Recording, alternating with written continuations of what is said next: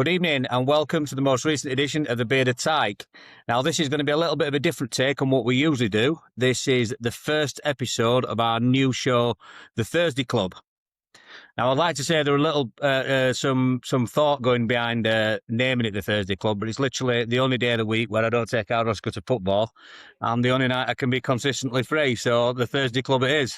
So I'm glad to be joined by Dan. This was, to be fair, this idea was Dan's idea, and I'm happy to run with it. So Dan, welcome. Thank you very much, mate. Pleasure as ever. So the Thursday Club is going to be a bit different. Normally, I've been doing like reviews and previews of the games, but what we decided we thought would be a good idea would be to do a Thursday Club maybe once every fortnight or something like that, where we talk about things that are happening around the club, maybe things that are happening in the league or in football in general. But for the first edition, this week, as I'm sure you all know, we've had a fans forum. And the fans forum for the 25-26 season, which I attended myself. So myself and Dan are going to be having a bit of a discussion about that. And we'll see how we crack on. So, Dan, I went to the fans forum, mate. You were going to come, weren't you? But you weren't so well, so you didn't end up coming. Yeah. I'll be honest with you, mate. You probably timed it well. Listen, for me, we'll go through the points because I've Doug O'Kane's article is really good actually, and I was there and I remember what got said, but he structured it into how it actually came out in which order, so it'll keep us in a structure as well while we're talking about, so we're not bouncing from point to point. But I were hoping for something a bit different. I were hoping for something maybe announcement or something different, and it weren't. It was literally just a box ticking exercise because they have to do one under EFL regulations. They have to do at least one a season, and that's what it felt like. You just same shit, different day, mate. You know, I mean, nobody asked if Lock were going to be fixed on shithouse door, but or if anyone could change the entire EFL schedule to match when somebody's on to match somebody's timings when they're on fucking afters. But other than that, mate, it was the usual like same shit, different day, usual stuff. I would like to reiterate to you. Yeah, I would like to reiterate to your viewers as well.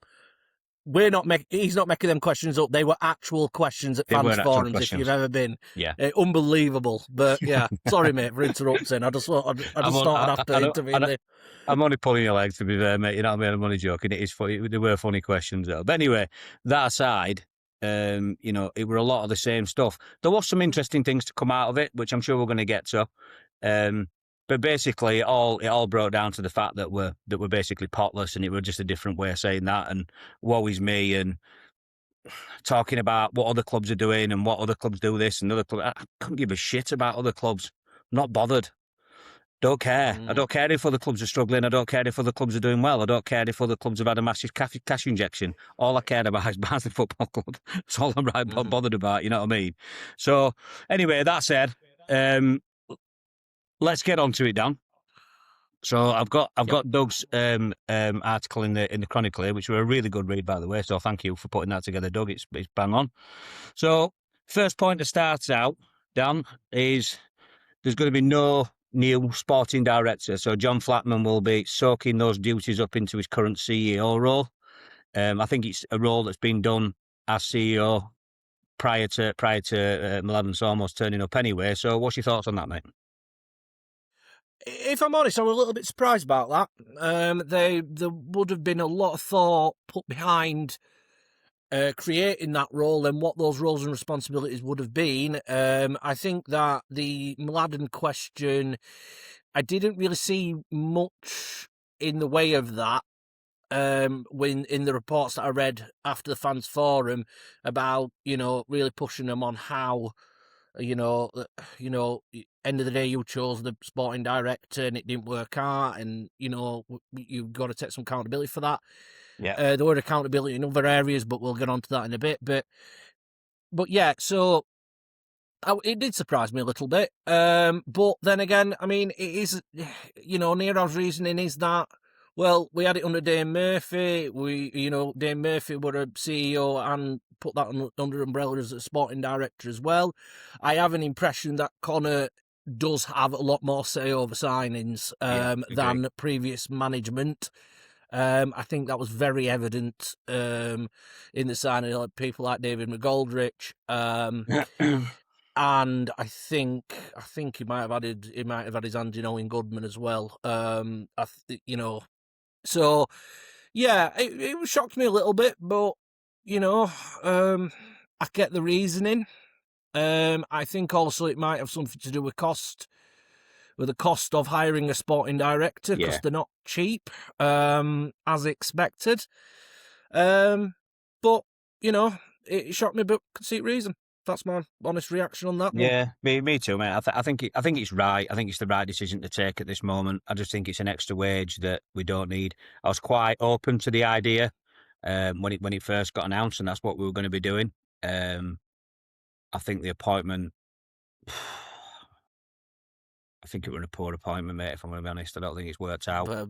But nothing yeah, against really poor. Mladen, but he hadn't added anything to it at all. No. I like the idea at first, but I think Khalid as a CEO did a lot better job than he did as a sport. Yeah, he did. As a sporting director. So, I think it's just a dead roll for us at League One. I've never been a massive fan of it, if I'm going to be honest, when it was a thing that crept in sort of the 90s, late 90s kind of thing. I'm much more a fan of the coach, the manager or the head coach, what you want to call them these days, making the ultimate decision based around who comes in and who doesn't. They were discussing at the forum that it's a three-way thing. So it gets discussed with Connor, it gets discussed with Nirav, it gets discussed with John Flatman and the whole recruitment team, and it has to get the green light from everybody. So basically, we're saying it has to get 3 green lights from everybody before it's a goer. So there's a lot more in-depth discussions, and to be fair, I think that's the way that it should be. The only question I had about it, and this is actually something that Doug mentions later on, but I think it's probably prudent to mention it now, is that he said a lot of the successes in this window, which there were 2 successes out of the other ones, because the rest of them have gone back on loan, haven't they? But it's because James Crine has now got more involved again. He couldn't before because it was a conflict of interest. I don't know what that conflict of interest is, so I'm not going to speculate on it. But what he did say was that because James has been back in and doing more of his analysis, that we've been able to identify Patrick Kelly and Reyes Cleary and others, to be fair, but the others haven't. They were, to be fair, the Caelan Vickers one were a good signing. So, but Reyes Cleary and Patrick Kelly were banging signings. So, what's your thoughts on James Crine coming back in, and do you think it's had a positive effect? I've got to be honest, Ryan. I think that James, if you look at the cold hard data and the facts of when James were a part of the club, excuse me, and you look at him when he were part of the club, and you look at actually who we signed and what they went on to be and what they gave in the sense of output of goals or positive stats on the pitch, I'd say that I'd welcome him back, and we did recruit relatively well with James. All right, okay, there were a few misses, but you're going to get that, unfortunately. I think, even Nirav said if 50%, he quotes Sir Alex Ferguson, which were a bit of a... That's a very brave person to quote, but never mind. If you get 50% of your signings work, then you're on to a winner, and that's, I suppose that's true. So yeah, looking forward to him getting back into the fold. I think it would be because does Crine still have a percentage of Barnsley? 21.8%, I believe. Something like that, yeah. I think it's 21.8. So I think that having him is like having him in the side of the recruitment team, or having that experience in the recruitment team without technically having to pay him a wage because he's the company director, is an advantage to us. And I think that's a welcome addition. It's a good reform. Let's just hope it works out and it pushes us forward. Yeah, I think if James has been part of those 2, those signings coming in, then and he has played a part in Reyes Cleary and Patrick Kelly coming to the club. Then, and I'm sure it's obviously been a team effort. I'm not going to put it on his dog, but if he has been part of it and his data has helped that, then fair play. So, Definitely. so yeah, I think I'm for us not using one. I think it's an extra wage we don't need to pay. I think they can manage it between. I think Connor's perfectly, good at perfectly good enough to work with the other guy, with Flatman and Nirav, and basically tell him what he wants and what he don't want. And that's how for me, that's how it should always be at a football club. That's how it's always been done in the past. Yeah, So just to go on. just to add on that crime point, Ryan. I Yeah, go on. think that there is a negative perception on James. You do read it sometimes on Twitter. I've spoken to Barnsley fans and they kind of roll their eyes up. I think that James don't get the credit that he kind of deserves. I think that Yeah. his dad is looked at as a bit of a behemoth, and he's looked at a little bit like a, and I hate to use the term, but a bit of a depot baby. But in reality, James has got a fantastic education, and he's been able to build a data system that we've used for many years. Yeah.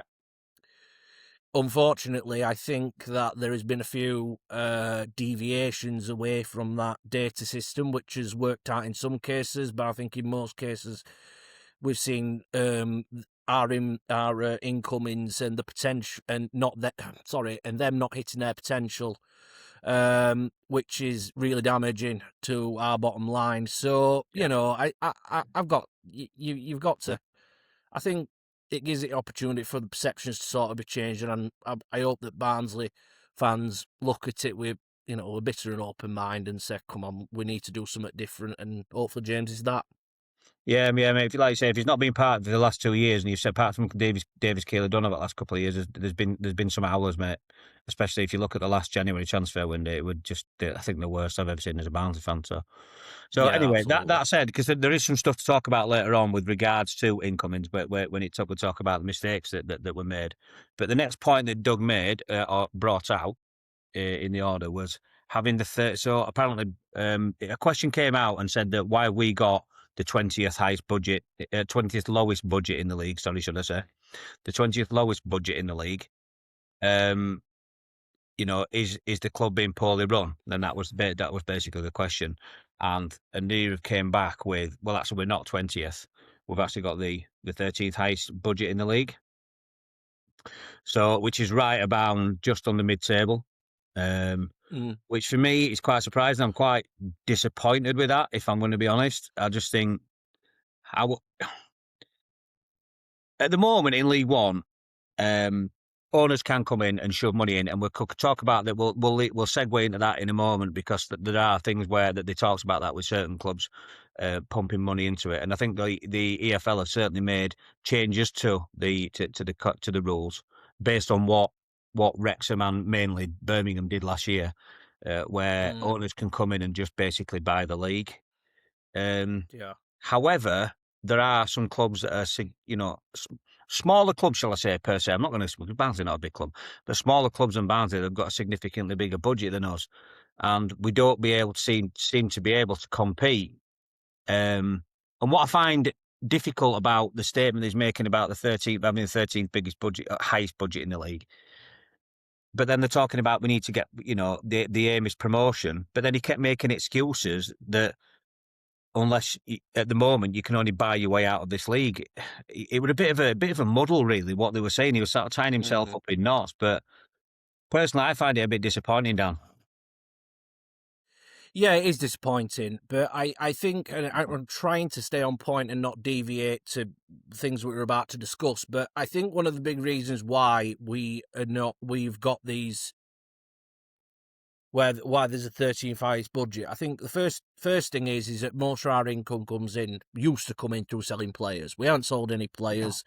I believe that's because we haven't had players where clubs from either the Championship or maybe even lower league Premier League, or lower level Premier League. We saw that with Mads Anderson, where they have not hit their potential, or the Championship clubs are looking at them going, yeah, we'll take a punt on them, but we're going to give you this much. And Barnsley are going, well, no, we want this much, and they'll go, well, we're not willing to give it. And I think the two special players I'm talking about. Yeah. So I think that's made a massive impact on budget. I think that leads into a lot of the mistakes, which we're going to discuss later. But I think that what Nirav is saying with the 13th highest budget, it's kind of framed this as a sort of natural, it's like a natural cause, you know what I mean? It's like, oh, well, we earn this much. When in reality, we know that the money coming in from, to other football clubs that are able to spend this money is because of the owners that they're willing to plug the money. That's basically it. And that is the long and short of it. And, you know, Nirav has already said, in no uncertain terms, I'm not going to do that. I don't want to do that. I want to make sure this is sustainable. This is a sustainable league, sustainable club. And, you know, that's admirable, but, you know, that's not the current state of play. And that is going to be a problem, but I'm sure we're going to get onto that, and we'll get onto that in another point when we get onto finances. But the 13th highest budget, do a look at it and say, but on the other hand of that, Ryan, I'm going to have to say as well, the one strong correlation between the sides that go up and the sides that don't go up is not necessarily transfer budgets. It's about the wages that you put in to it's about the wages you put in. Yeah, agreed. So are they saying that they've got the 13th highest budget in the sense of transfer budget, where they're saying, right, we're only going to spend, I don't know, let's put a round figure, 650 grand. Mm-hmm. But if we're able to obtain a free transfer and, like, say, oh, this experienced player could give us this many goals, this many assists, or whatever, and we're going to put him on an higher wage, we don't know. I don't think Barnsley are going to go in that direction, if I'm perfectly honest. I think the two signings that we look like completed today are showing that we're not going in that direction. Yeah. But yeah, I can see how it's worrying. It's also worrying for me as a Barnsley supporter. But I can see why. I can see why we've got that budget. Yeah, I mean, if you look at average attendances at just about 12,500 there and thereabouts, I think we're fourth or fifth in the league with regard to attendances. That question was put to John Flatman, who basically wafted it away with excuses about, well, it only brings in this, it only brings in that, it only brings in a small amount of the actual revenue that we need to bring in, and that may be true, but if it is actually true. It is actually, true. All right, okay, but it's still, it's difficult to see. It's not difficult. It's frustrating, Dan, when you see smaller clubs pumping money in. They've got Huddersfield that are absolutely banging money in, but it's not working out for them. So I can kind of see where it's coming from. John, we're trying to frame it as we need to have a sustainable club, so we've got a club here for the future fans. If you only look just down the road, what's happening at Sheffield Wednesday, how quickly that can go out of control when you do spend a lot of money. It's a very severe example, though. It's a very extreme a severe example, but what I'm saying is, I mean, they were run by a lunatic, weren't they? But I mean, we're not far behind, but well, that's probably a bit harsh. Just a bit, mate. I'm going to be honest. It's that were disappointing to hear, and basically, what they're saying is we've got to. We can discuss the finances. It seems a good time to discuss the finances, Dan, because that's basically what they say if we're talking about the budget. So we can segue into that and move on to the next bit in a minute. But yeah, of course. Basically, they're saying that every penny has had to be accounted for. They have had to make redundancies within the club, and the decisions weren't taken lightly, and people are taking up sort of dual roles within the club. And obviously they're being have to be really careful in the market. So that would suggest to me that the finances are maybe worse than what we thought. Yeah, I would say so. Yeah, I would say so. I think I think we need a bit. I think where I agree with Nirav is that looking at the finances of the league is completely unsustainable, and it is. Agreed. And it's the same. It's the Yeah. same at Championship. It's the same in League One, League Two, and it's and partly the reason why is that all the economic inequality. If you start in Championship, it trickles down, and that's what's roughly happening at the moment. So I expect the financial situation to be bad. However, Nirav is said that he's going to carry on covering the losses. Yeah. So when the financial situation turns bad is when Nirav turns the taps off. Yeah. And that's the same for any football club in the top, in pretty much all the divisions. Yeah, if you want to pull his money out, mate, I think every single team. I don't think there's a club in the country that wouldn't be knackered. So exactly, it's not about the exclusive thing, because a lot of us, certainly in the lower divisions, are heavily reliant on the wealthiness of our owners. Certainly when you get down into League One and League Two, where the income is I mean, it takes a severe drop off from the Championship, and I think that's what the regulator is going to be bringing in. That, you know, they did discuss that quite a bit. Is what the regulator is going to be doing. I think it's about 14 months now, isn't it, before he can start making. He's giving them 18 months. I think we're 14 months left of that. To start making any changes that he needs to make. But I think the long and short of it, Ryan, is that there's either two ways of managing football these days. You either do what your Wrexhams have done, or your Birminghams have done, and there is still clubs doing it. There's no way. I looked into financial. I did a quick research into regulation. I didn't even get into I got into the basic surface level. And despite, there's a cash injection. Theoretically, you can do a cash injection. Owners can do a cash injection of 500 grand. It don't make a blind bit of difference. These sustainability measures are not making a blind bit of difference. All they are, basically, and the way of describing it, all the current financial regulations do is, like, you can it's like a car. You can brim it full of fuel, but you've got to stay at the same pace as everybody else.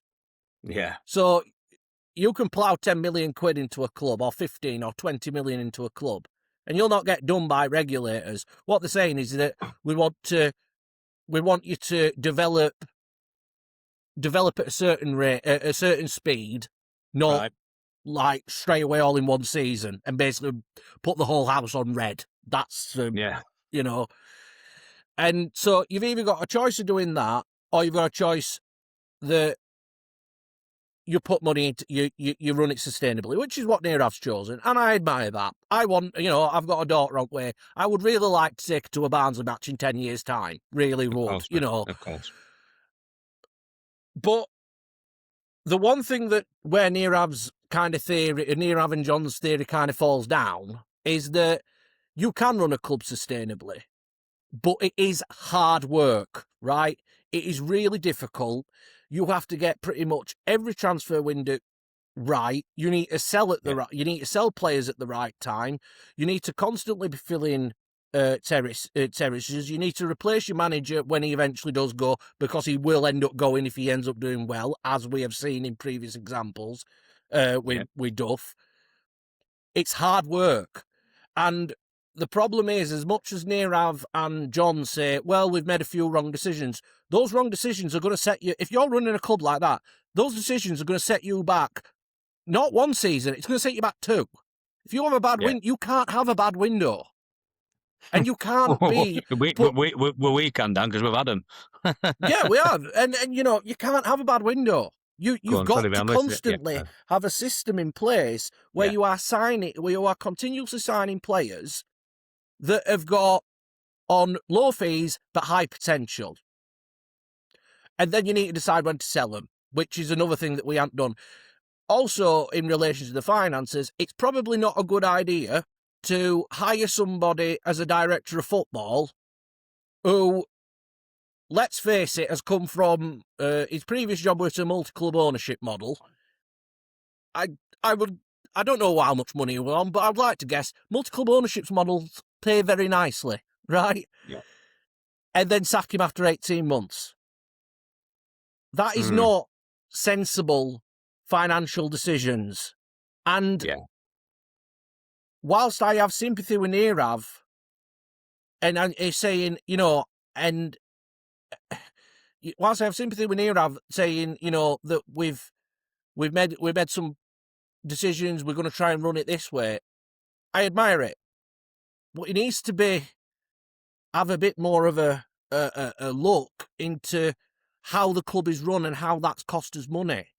And Yeah. I mean, that's me being polite. Let's be, you know, I've completely forgot where I was going on. I've completely forgot where my train of thought was there. But yeah, I'll let you pick up on that, Ryan. Sorry about that. Yeah, no, that's all right, mate. That happens to me all the time, mate. It's a getting old thing, pal. It just happens. I'm sure it'll come back to you, mate. But yeah, so I mean, sticking on the finances, mate. It was interesting to hear from Nareev that he said that there are currently 15 clubs out of the 24 in League One that are actively up for sale right now. I did think about asking are we one of them, but I thought I better not, and I weren't going to get an answer anyway, were I? So No. you know, I weren't going to get an answer from that. So that's interesting to hear. You know, we just touched on it earlier, Dan. The whole football industry itself, right up to the Premier League as well, is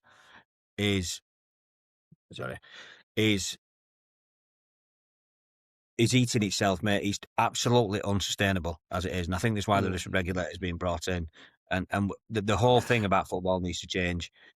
We're trying to run the club sustainably and making a lot of mistakes doing it. Like you say, it's admirable that they're trying to do it, but it's not getting us anywhere as a club, as in up the pyramid. But also, you know, clubs are when he said like when there's clubs spending more money on the wages than they've got coming in, on the players' wages than they've got coming in, and then you've got all the other overhead costs to run. It's just completely and utterly unsustainable. And It is, and I've and just it's remembered interesting my to hear that point. there's so many Sorry, clubs up for sale because there's 15 owners there out of the 24 just in League One that are clearly saying either I don't want to do this anymore or I can't fund it anymore. One of the two. Either way, they want out of it. And I think it's a damning indictment on the way that football clubs are being run at the moment, because it is at the moment largely, and I do agree with what John and Nareev said on this. I didn't agree with much of them all night, but I did agree on this: is football is literally about who can come in and spend the most money at the moment. Of course. And it's unfortunately we're not one of those clubs, mate. We're not one of those clubs, and we have as a fan base, we have to get comfortable with that, because that's how it is. Yeah, and I think as well, Ryan, what we've got to, and again, I've been a little bit sympathetic towards Nirav. Now I'm going to be a little bit more critical. The money he put into the football when he bought this football club, or when he became a majority shareholder in this stakeholder in this club, right? Yeah. The economic situation 3 years ago is not a lot worse, but is a little bit worse than what it was now, right? Yeah. Fast forward 3 or 4 years, okay, things haven't improved, but if you think that you're going to buy a club and suddenly you are going to create an environment where the whole economic inequality of the league is suddenly going to change now you've become owner, you're living in a dream world. And, you know, I read, Matt from A Up and Down, he put something in about, Nirav having these, with Peterborough owner and different owners in League One talking about luxury taxes and all this. And, do I disagree with it? No, I don't. I don't massively disagree with it. But it's not realistic. And if he's waiting for suddenly common sense to come into football through either a regulator or, let's be quite honest, a force of nature, it's not going to happen. And No. I know that's sad, and I'm not saying he's a bad person for trying to push for sustainability, but if he's waiting for it, he's living in a dream world. Yeah, we could be well into League Two by that time, mate. Even if it does happen. Exactly. So Exactly. um. So yeah, it's a bit of a worrying time, but you know we kind of are where we are with that, mate. So just let me scroll down here. So moving away just from the finances, then, mate. And we'll come back to what the board about, because the board said that, you know, about the mistakes that the board had made. We'll come back to that, but just because there were three people up on stage, there was Nareev, John Flatman, and the head coach Conor Horan. So let's, I'd like to talk a little bit about what Conor had to say, because I'll be honest, Conor seemed to be the only one up there that were talking any sense. To me, I obviously I'm a massive fan of Conor's anyway, but he did seem to be the only one that were there that were talking any sense. It's good to hear from the leadership team though that he is going to be backed, and he understands that there's going to be inconsistencies within the team and inconsistencies within the performance, which has probably lent itself to where we are in the league. I think that'll probably lend itself to where we're going to finish this season, which is going to be mid-table. I would suggest maybe just outside the playoffs if we're lucky. But there could be, and the reason behind this is because the question was asked, is Conor's job safe, basically? Because, and he rightly said what a lot of us have said. I know there's a few fans out there shouting for his head, but it's just, everyone's entitled to their opinion, but it's not the right way. The question was asked if his job was safe, and it was said that yes, his job is safe, and I think that's really good, mate, because I like a lot of what Conor says. He is, I won't say inexperienced coach, but it's his first head coach job managing at the Football League level. But if you just listen to the way he talks and stuff like that, I think he's a really, really good appointment for us, because there aren't many good coaches that are going to come here and work at what is a bit of a basket case of a club, mate. And he is prepared to work under those conditions, partly because he loves the club, and partly because he's a new head coach and he needs to gain experience somewhere. So it's sort of a marriage, the perfect marriage for him. But it's just good to hear that he's going to be backed regardless, because I just think sacking the manager is just not the right idea. It's not the right thing, mate. It's not getting to the root cause of the incident. All we'll end up is just sacking somebody else, getting somebody else in. They'll do all right for a bit, might do shit for a bit. They'll get sacked. It's just like the merry-go-round, and it's not addressing what we need to address. I think Conor needs to be given at least 3 windows. So this one and then the next summer window. As you've seen, he's been quite ruthless in the summer. There's only so much you can do in one window, and then at the start of this January transfer window, we've seen 6 go already. I want to discuss that at the end, actually, when we get to the end of this, mate. We'll discuss about what we think about the incomings and outgoings so far. But he's been quite brutal like that, and I think we'll see it again in the summer, because he did discuss that the defence, they've realised that the defence is an issue. However, they can't really fix it much further in this window, because we do need a lot more firepower up top. So, what's your thoughts on the backing of Conor Horan then, Dan? I think it will welcome, if I'm honest. That's if I'm honest, the way that it got fed back through Doug, Chronicle, it was like a breath of fresh air, to be honest. They said that they were going to, they believe in him, they believe in what he's doing or what he's trying to do. I think that what people need to remember about Conor is that he's got quite a young squad. I think that's the direction we're going in signing players. We're going for young and high potential. Completely agree with that. I'm not going to ever turn my nose up at that. I think that's the only way we could really go forward, if I'm honest. Yeah. Sorry to interrupt, Dan. We have to confirm. Conor confirmed that is the way they're going. That is the model. Is young players. Yeah, and the one thing that young players need, I'm not acting like I'm a top class coach. I'm not, but they need continuity. They need that strong ideals putting into them to be able to perform at such an early age. And that's not me being patronising towards young players. We've got some really good young players coming up, and I think that sticking with Conor, sticking with his ideas, letting him work with young players because he's an head coach, and we've seen with coaches now they're not like get it to assistant and let them run training sessions. They're on the chuffing training ground, man. They're very hands on with that side, and I think Connor's no different to that. I think that this is the way to go. And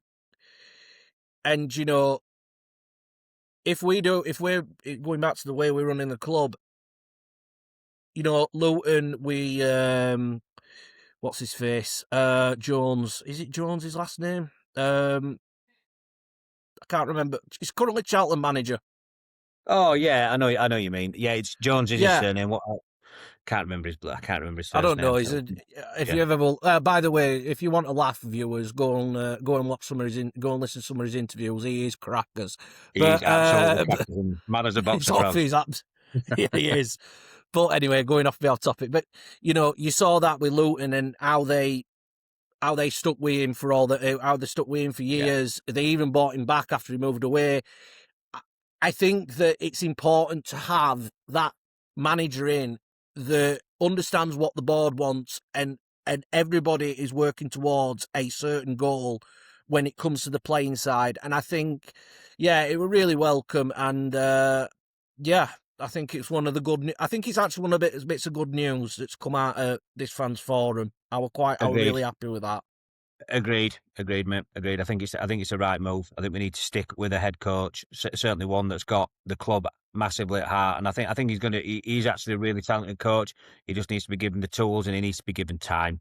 And we need to as fans, we need to be realistic about that. Just sacking another manager and getting another one in left, right, and centre like he's done for the last 3 seasons, our last 2 seasons prior to this one, don't work, and it hasn't worked. And in fact, we've regressed, mate. Is what we have.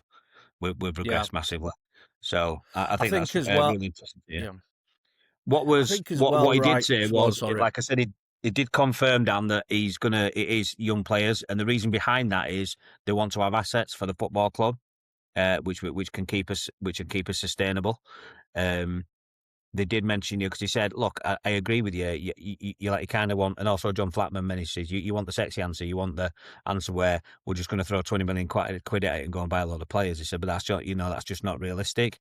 He mentioned about because it were asked about why are teams outbidding us and things like that, and he said, "Look, if you look at Lincoln, they've got a load of experience in there. They have, they've got out across the back four, across the defence there, they've got 4 or 5 players." That are very experienced, but they're all over 30. They've got no assets. They've got no sellable assets. After that, they'll not make any money on those guys, and they've paid them a lot of money in wages. So he said, basically Lincoln are going for it. At the minute, it's working out for him, which is good. But, if you do that and it doesn't work out, it can leave you in a really sort of a financial pickle. And I think you sent me some information on Lincoln's accounts, and it was quite an eye opener, wasn't it? So. It was. I mean, that aside, Dan, I think it's interesting to see that. I understand why we're going for young talent where we're going to have sellable assets in it. I think it's because sometimes fans just look at it too much in black and white, and they look at, oh well, they're doing that and they're buying them players and paying them that much, and we're doing this. Instead of actually looking at the whole bigger piece where it's like, yeah, cool, they are doing that. Lincoln, this is just using Lincoln as an example. I'm not having a dig at Lincoln because they're doing incredibly in league this minute. Whatever they're doing is working, but. What I mean, as far as they've done that, but they've got no sellable assets, whereas we have, and it's just different strokes for different folks for me. But I actually, I'm much more inclined to lean towards the way that we're doing it, because it keeps the club a lot more sustainable, and obviously we've got sellable assets, and value within the squad. So, what's your thoughts, mate? Yeah, you're right. I think it's one of the only ways we can do this, and I'm not adverse. There is going to be a time where we land on an experienced player. The opportunity comes up in the market where we see an experienced player. They may have, spent some time in League Two, and they're wanting the wages that we can give could be relatively low compared to what. Is it Sonny Bradley that plays at Lincoln? Sonny Bradley, an example like Sonny Bradley, yeah. That is going to happen. I think that happened with James Norwood, if I'm perfectly honest. I think he was 28, 29 when he signed for us. And I think they thought, well, we're going to sign James because of what he can give us. His wages are quite low, and they took the opportunity and signed him. Yeah. I think that, again, going back to the way the club is run, I think signing those young players is something that we need to do because we need to make money. And the way that we make money is by selling players. I know it's controversial. I know that it's, oh, well, you're selling club mentality. Yeah. But I don't like it. I don't like... The one thing, the biggest bugbear to me, Ryan, is when somebody turns around and says, you're a selling club. Well, every club's a selling club. Because There's always bigger fish. Yeah. There's always bigger fish. There's always somebody bigger than you, unless you're Man City or Man Madrid United or Madrid or Barcelona. They're the big fish. And and when you're down at bottom, there's always someone trying to feed off you. And I think that what we need to understand, if we're running the club this way, I always look at clubs such as Brentford, Luton, and Brighton. Those are the three examples that I always look at. And what they did was saying, right, we're not going to blow it all in one season. We're going to improve this area in this window, this area in that window. We're going to... And they just did things step by step by step. And they had a long, long plan on... Yeah. They did the contracts and when they thought those players were going to develop and hit their peak value and then decide to sell them on. And, you know, they identified players that were seen as undervalued in the market. I know that's very difficult to do now because everybody's cottoned on to the Brentford, Brighton sort of thing. And it's a little bit difficult to do now, but I think that it's still possible. And I think that's why they bought James Crine on board. Because I think he's one of them people that thinks it is still possible. But this is what we're going to have to do. It's about building things step by step and having a strong identity of what you want to do, how you want to play, and buying and just doing things bit by bit. And yeah, I think that's the way that we're gonna. It's gonna need to be, unfortunately. That's the way they're going with it, mate. And that then from there, because they were saying that's how they're going to be doing it. Then the question was put to John and Nari that is the club badly run? Now the gentleman did want to. He wanted to say that that's not my opinion. I'm asking you the question: is it poorly run? Because we've got this many fans, we've got this many gate receipt coming in, we've got X amount of potential sellable assets we've had. We've sold players for decent money in the past. In Liam Kitchen for $4.5 million and Mads Anderson for 3.1 or 3.2, wasn't it, to Luton? And now we're sort of basically saying that we're potless. So the question was put to the board: is the club badly run? And the answer was put really that they said that they don't think that there has been some poor decisions. And Nari said I can personally hold my hand up to that, but the club is not in isolation when you look at the league position, comparing how the other 23 clubs are run as well. So it's difficult, isn't it? Because the position we found ourselves in does lend itself to that we're poorly run, mate. Well, I would just go out to ask Ryan. Should we just ask each other, is the club poorly run in our opinions? Yes and no. That's just what a sitting on the fence answer. But yeah, I don't think I don't think Nariv is a bad owner. What I'm going to say is I don't think he's a bad owner. I 100% believe that he has the club's best intention at heart. I genuinely do. I genuinely think that. I don't think that he's like the Venkis or all the other, the bad owners that we've had in the past. I don't think he has any ill intention. I don't think he's definitely not a dangerous owner, if you like. He's definitely not dangerous with the club's finances and putting us in a difficult financial position, as in to the point where we could go into administration. I think he's good. He's good from that respect. I just think he takes, and he was asked this question about where do you get your football advice from, and he was actually asked that question because like Patrick has had other people around him that he could ask when Patrick Patrick Crine was in charge of the football club. So yeah, I just think financially, mate, I think there's been some poor decisions made. I think in the transfer market, there's been some very, very poor decisions made, which they held their hands up to them, give them the due. They did hold their hands up to. So, I think that is it run as in. Is it run well as in the fact that they have the best intentions? I suppose yes, I would say so.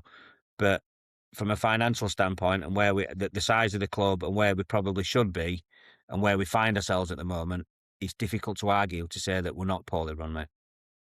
Yeah. What would you say? I'd say it comes down to, I'd say that the poorly run clubs, in my opinion, are not the clubs that don't spend. Don't Yeah, I know what spend. you mean. They're the ones that spend, right? Yeah. I think it's I think it's just completely irresponsible, and Yeah. I have a special kind of resentment. No matter what club, it is, it could be the ones down the road, or it could be ones down at Arsender, England. I have a real resentment towards people, incredibly rich individuals that walk into clubs, put the whole house on red, and walk out whilst everything around them burns. That's what I would call a poor owner. That's a very, very fair point, mate. Yeah, it's a different way of looking at it. Yeah. Yeah. Now, going back onto Nirav, I think he's a person that, like you said, he has got the club's best interests at heart. I do believe that. But, you know, what some of that path was some of that path was on great intentions or best intentions. I think that he's made, John Marden, has made some really bad decisions, and they were decisions that that didn't need to happen, and it has put us into a state where we are financially, well, we would be financially struggling anyway, but it's not made the situation any easier. And the one thing that I have got to say for Nirav and John, recruitment is a thing of perspective. It's open to interpretation, and they've always managed to wriggle off the hook and put excuses forward. It wasn't nearly a year ago now that Nirav were on a radio station saying that Max Waters XG were fantastic, Yeah. and it were going to be, and then next thing you know, is at Dundee. So it's nice for him to come in and say, listen, wanted a better phrase, we've fucked up, right? And I admire that. You need to, and I think fans will do as well. And I think they realise that. When I was looking through Twitter feed, I expected just a absolute tirade or abuse. And there weren't. It was sort of, there weren't people doing cartwheels, but there were, there weren't really much there. Yeah, we're very like I said to you at the start, Danny, we're very same stuff. Basically, it boiled down to the fact lots of different ways of saying that we're potless, but I kind of get where. But what was interesting to hear was why we got to potless. But sorry, go on, mate, crack on. Yeah, and I just think if those owners had come in, if the owners had come in and said, right, we're potless, we're defending every decision we've made. This is just down to sustainability. English footballs are like a cancer, and it's not our fault. That's when I'd turn around and go, well, hang on a minute. What they have actually done is stuck their hands up in air and said, this is what we've got wrong, and this is what we're going to try and do to make it better. Yeah. Is that a bloke who hasn't got best interests at club at heart? I don't think so. And no, well... but then again, he has made those decisions, so I do understand the criticism of him. Yeah. Just being nuanced about it. interestingly, that perfectly segues into the next bit, which was it was asked the question if it is so difficult to run the football club and all the stuff that you've mentioned throughout this forum. Why do you keep doing it? You know, why do you keep investing? And that was the question that was given to him. So it's really interesting to listen to what he said. So he did say that he did highlight the fact that it's not just him putting in the money. He didn't want to take all credit. He says it does come from the crime family and also from Julianne Key and her husband as well. And he did what he was quite strong on that point to make sure he said, you know, they deserve just as much credit, if not more than he did. But he said he did make a bit of a joke of it. He says, "But I do have to ask myself, why am I doing it every day?" But he did say it's basically it's a labour of love, and that's what it is. So the guy genuinely loves the football club. You know, he says, you know, he said, I'm not from here, and I get why people might think that I'm not as big as a fan as the other people are. But he did say that, you know, he really is a Barnsley fan, and he loves the football club basically, and that's why he keeps on doing it. But he did also say, is it sustainable? Is it sustainable to keep putting this kind of money? No, it's not. But also, he said it's not just me that's doing that. This is every football owner in the club country, but he does it because he cares. So that, you know, what you were just saying there, and what my opinion of him is, and what you were mentioning there, Dan, I think it you know, sort of solidifies it in what he said about why he keeps investing. Yeah, you're completely right, and I think as well that, you know, it's a good question actually, and it is a good question of why he keeps doing it, and you know, because it's a lot of money, mate. If you again, think... I want to speak positive about him, but keep going back to negatives. Listen, loads of people own football clubs for different reasons, right? You've got to bear in mind that if you run a football club, you are very, very wealthy, right? And I mean, not just And like you've got a couple of quid in bank, you've got like, you know, yachts and shit like that, you know. So loads of people do it for different reasons. I think that the distribution, I think that one of the reasons why Nirav wants to see the financial regulator coming in is that the independent football regulator has made it absolutely clear that they are wanting to strike a better distribution deal with the Premier League. That was mentioned. And I absolutely agree. They should strike a better distribution deal. However, if we are going to be a little bit more cynical, we would say that as soon as you strike a distribution deal and it's and I can imagine it's going to be quite relatively lucrative for the football pyramid, the value of Barnsley FC goes up quite dramatically. And there's more money for clubs to be sustainable. And if you run a club correctly, you don't have to put as much money in. So therefore, it's quite good for Nirav's bank balance. And when he finally says, like, all right, I'm ready to pass club on. So, you know, we've got to bear that in mind. But at the moment, I do. You have got a good point. He's doing this because I think he believes that football can be different, and I think as well, you know, the people he's got around him do want to change football, and they do want to break the rules. You know, they do want to be one of them clubs that goes against the grain and manage to get promotion off the back of, you know, when cards were stacked against them. I bet they do look at Luton. I mean, the amount of times we've gone to these fans forums and they've mentioned Brentford, they look at that as in, right, they've done it, so why can't we? And I think he genuinely believes that he can. Yeah, he just wants was better. mentioned. He just wants. Yeah. Those owners and those chief executives will look at Brentford, they'll look at Luton, and they'll go, "Well, they can do it. If they can do it, we can give it a go." And I think, funny enough, it is it a was challenge. mentioned that, Dan. It was asked, that question was Yeah, asked. I did see it. If they can do it, why can't we?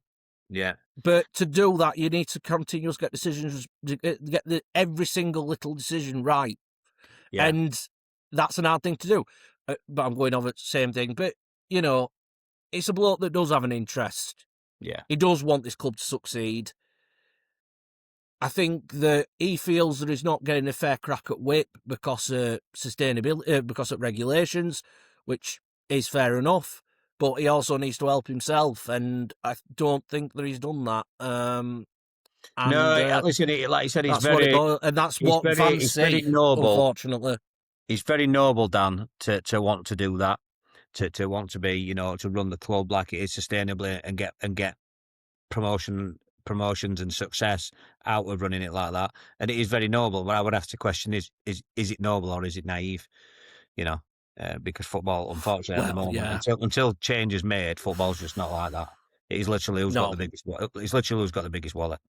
And it's just it's sad. It's sad. It is what it is. But that's modern football as it is at the minute. And until something, either the regulator starts, like you just mentioned there, starts, you know, issuing a much more lucrative distribution of the funding from the, you know, the television deals and things like that across the pyramid. I don't see how it's going to change. It's going to or the regulator brings in different things that they might need to bring in.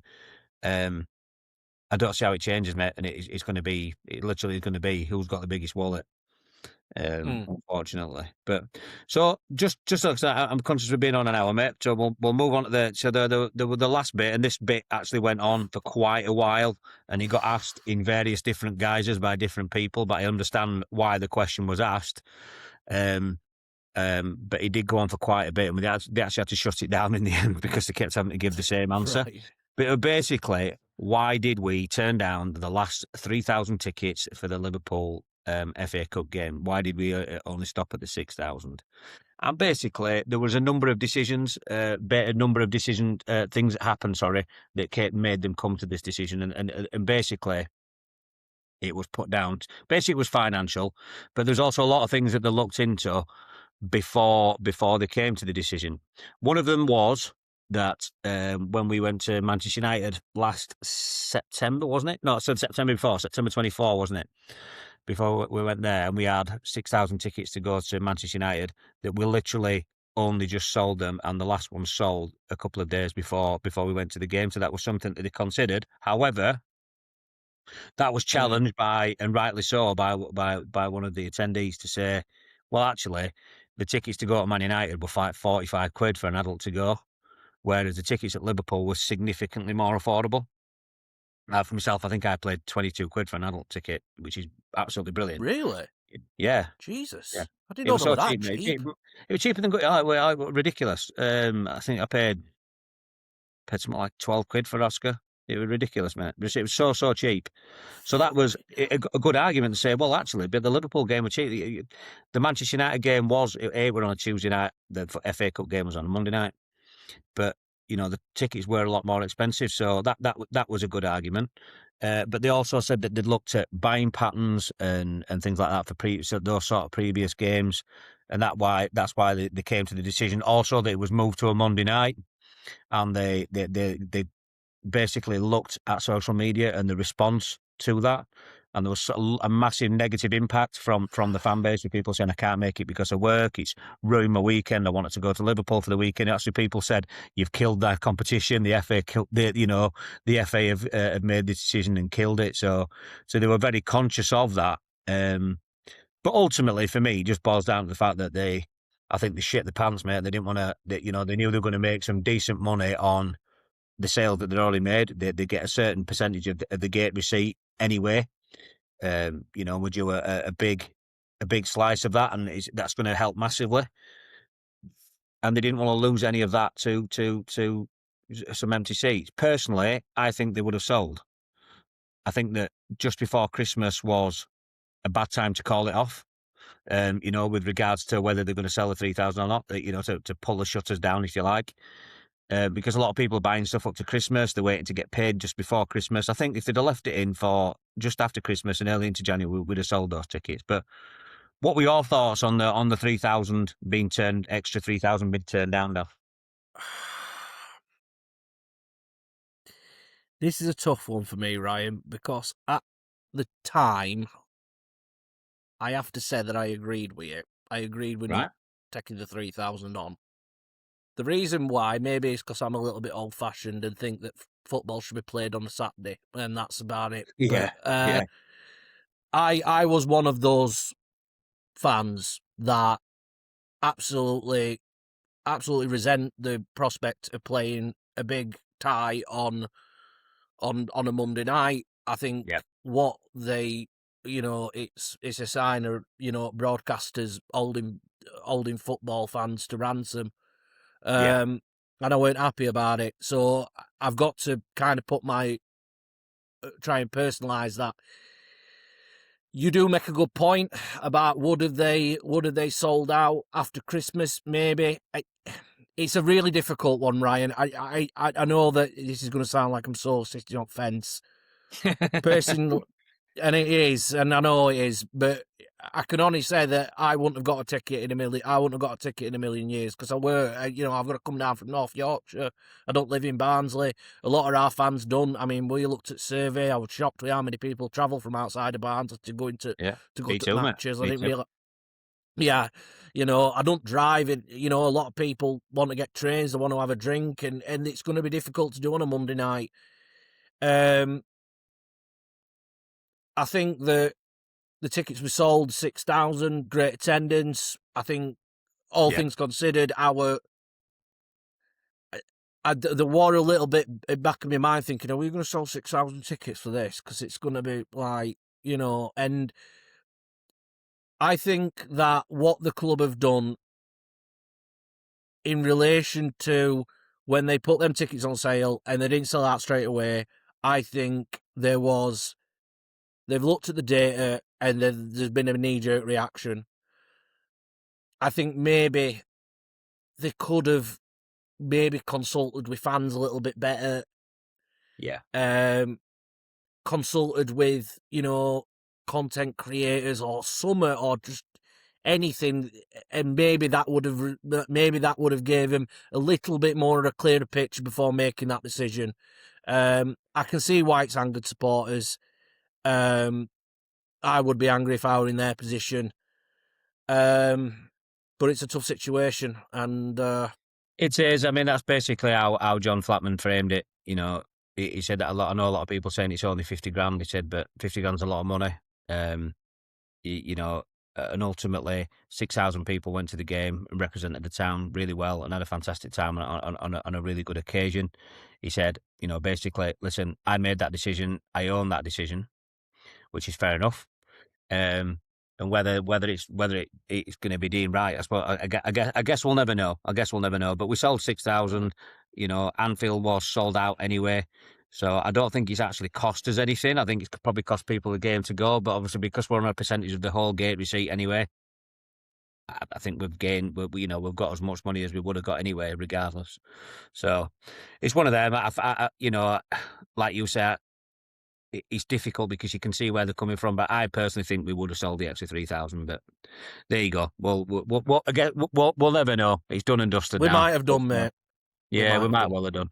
So that's really everything. There are a couple more things that we did discuss that it's probably just the same sort of thing, really. And we just going over old ground. So anybody else that's in there, that's listening, if you'd like to comment down below, see what you thought about what's been discussed about the forum, what me and Dan think about it. So, yeah, please comment below. So, before we go, Dan, I don't think I've spoken to you about the January transfer. Have you not had you on since we've started having the January transfer window? So, let's have a quick catch up about that because there's been quite a bit of movement in the last few days. There's also quite a lot of interest of rumours in our star players as well. But, it's quite clear to see that Connor's been quite ruthless so far. We've had now 7 players go, although one of them came back and went straight back out again. But we've had 7 go out and only 2 have come in at the moment. So what's your thoughts so far? I'm quite happy with what's the players that have left. I'll be honest. I like John Russell. I thought we could have used him a little bit better this season, but I think there were more stuff going on behind the scene with John. I think that he wanted to go in the summer. He didn't get his move, so I think he's not been happy about that, and we've just not seen the same player that we saw last season, so I think it was good to move on. But what's your thoughts on the window so far, Dan? Yeah. There was, I think there's needed to be decisions to be made, and I think he's made them, and I think he's stuck by what he said in France Forum, to be fair to him. Yeah. Farrugia, yeah, needed to go, in my opinion. Russell, I think there's more to, like you said, I think there's more to that situation than meets the eye. Yeah.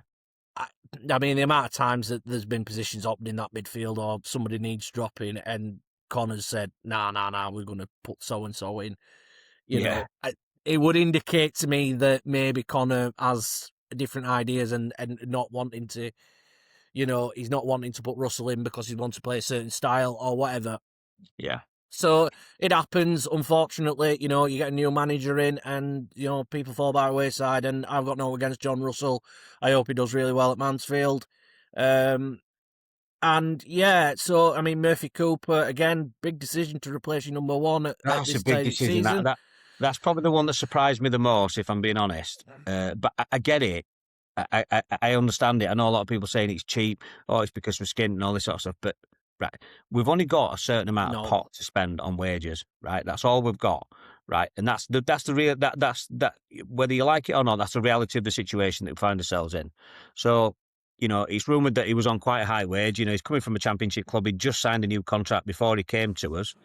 So, for a keeper, if you're going to pay over the odds, if you like, or pay for, a championship level wages for a player, you kind of need to see a return on that. And this is not me saying that Murphy Cooper's a bad goalkeeper, but I think in the case of Murphy, shall we say the juice wasn't worth the squeeze? Yeah, that would be a fair assessment. I think that 1 second, mate. I forgot to sneeze coming on. Sorry about that. I think you're absolutely right. He has made big errors, and you've got to. And again, when you're running a club like we have, you've got to get every single bit out of a player you can. And unfortunately, with Cooper, there's been some errors, and he's not a bad goalkeeper. We saw his save from Virgil van Dijk in midweek, fantastic save.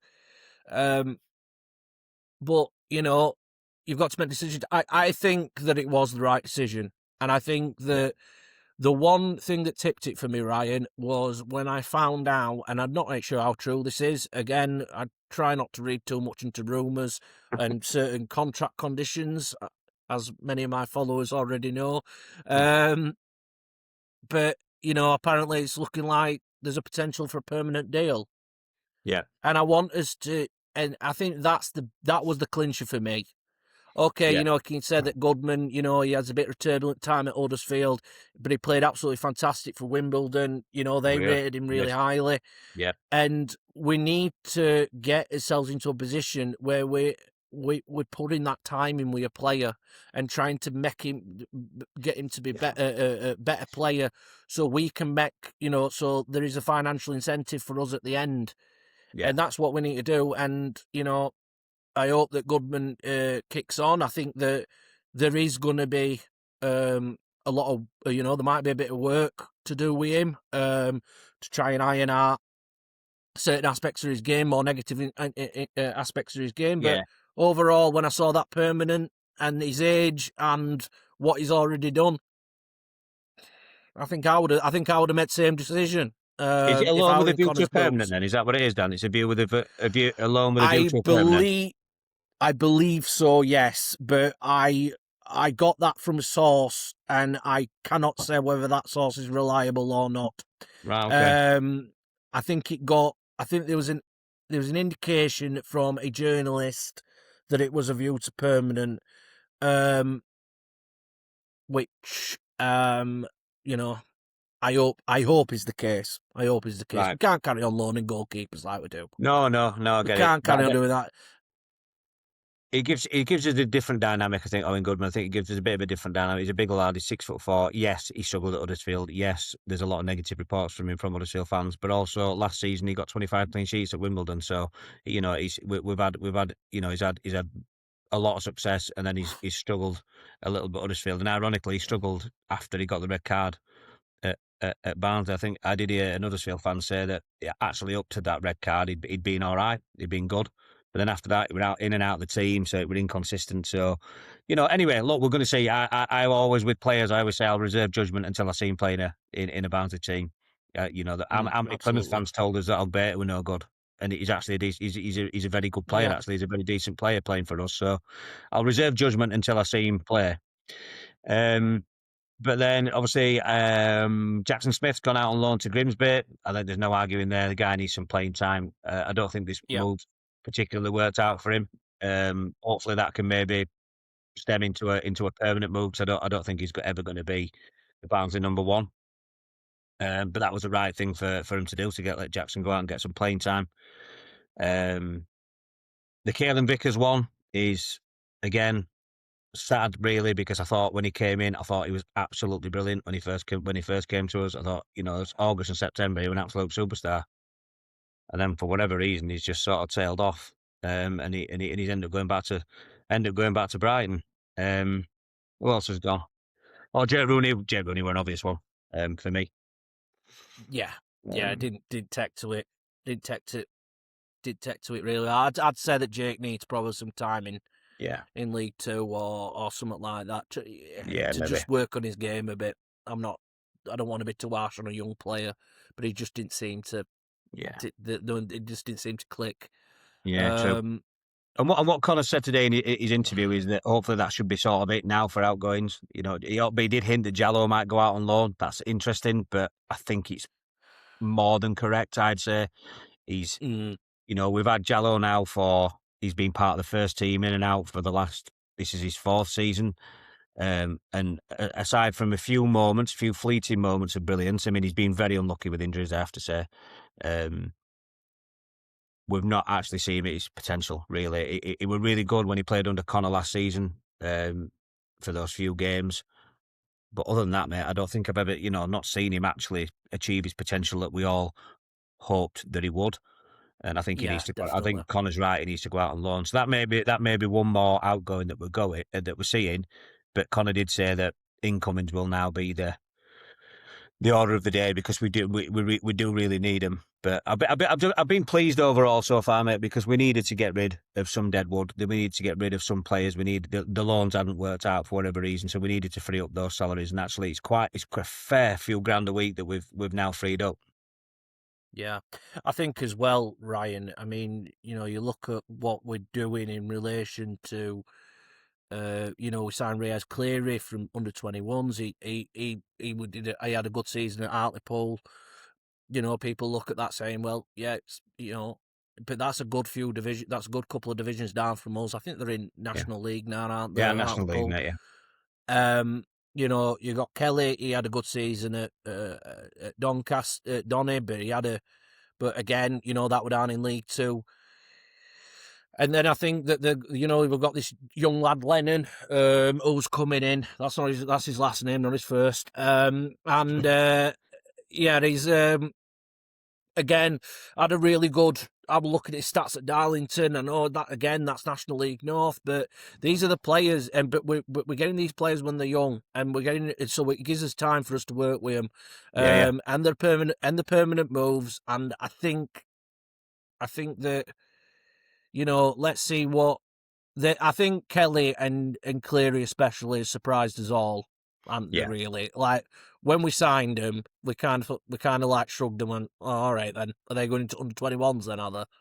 And obviously they've gone on and surprised and become first team player. I do think actually Kelly probably would have gone in first team, but Cleary. But then the direction we're going in. If it works, if it can come off, it really does come off. Yeah. And you do end up unearthing some real gems. But we shall see. Yeah. I think the direction. I think we're going in a direction which, in recruitment, where we're taking big decisions that are relatively low risk. I think that's the. I think it's the way forward. That's where it is. I think it's only the only way we can go, mate. But like you say, but I think I think it's the right way to go. But we'll see. I mean, we definitely need numbers in the January transfer window. But there's been so far, if you compare it to last January, we're on the 15th of the month, mate. We're halfway through, and you know, there's been a lot of movement in and out of the club, which is encouraging, because last time it was just not happened for like a couple, 2-3 weeks, where nothing happened, and it all tried to happen at the end, and it was terrible what did happen. So I think, you know, it's been a lot more positive so far, but we do need to see a few more numbers coming in now. But anyway, right, we've been an hour and 15 there, Dan. I really appreciate your time, pal. Taking your time out Not a your night problem, to come on. Everyone else, thanks for joining us. Please comment below if you've got any questions or anything you want to say about what me and Dan have been talking about. Please feel free. But other than that, I'm going to be doing a review of the Blackpool game on Sunday. So until then, I'll see you after.